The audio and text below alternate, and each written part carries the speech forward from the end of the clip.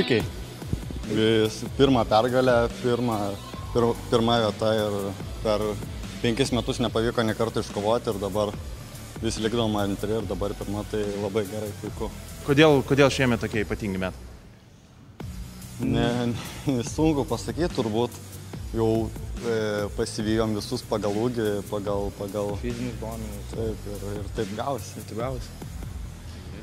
Ką dabar veiksite? Švęsim. Ką galim daugiau veikti? Treniruosimės toliau. O į mokyklą?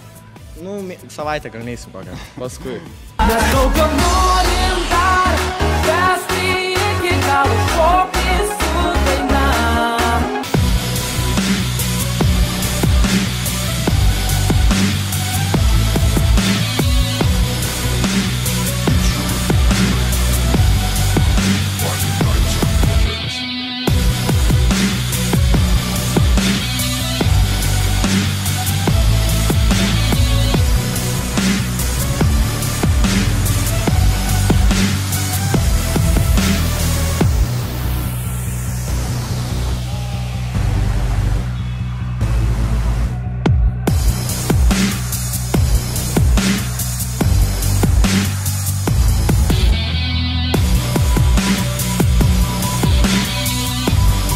Vykom pažiūrėti, kaip atrodo 16-mečiai, kadangi vasarą yra Europos čempionatas, tai noriu gyvai pasižiūrėti, kaip jie aikštelė atrodo.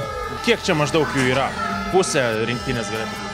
Nu, aš manau, kad čia yra didžia dalis, aišku, kadangi tai yra finalinis ketvirtas, be abejo, iš tų 4 komandų, nu tikrai, nemažai yra jaunuolių, kurie tikrai bus komandų.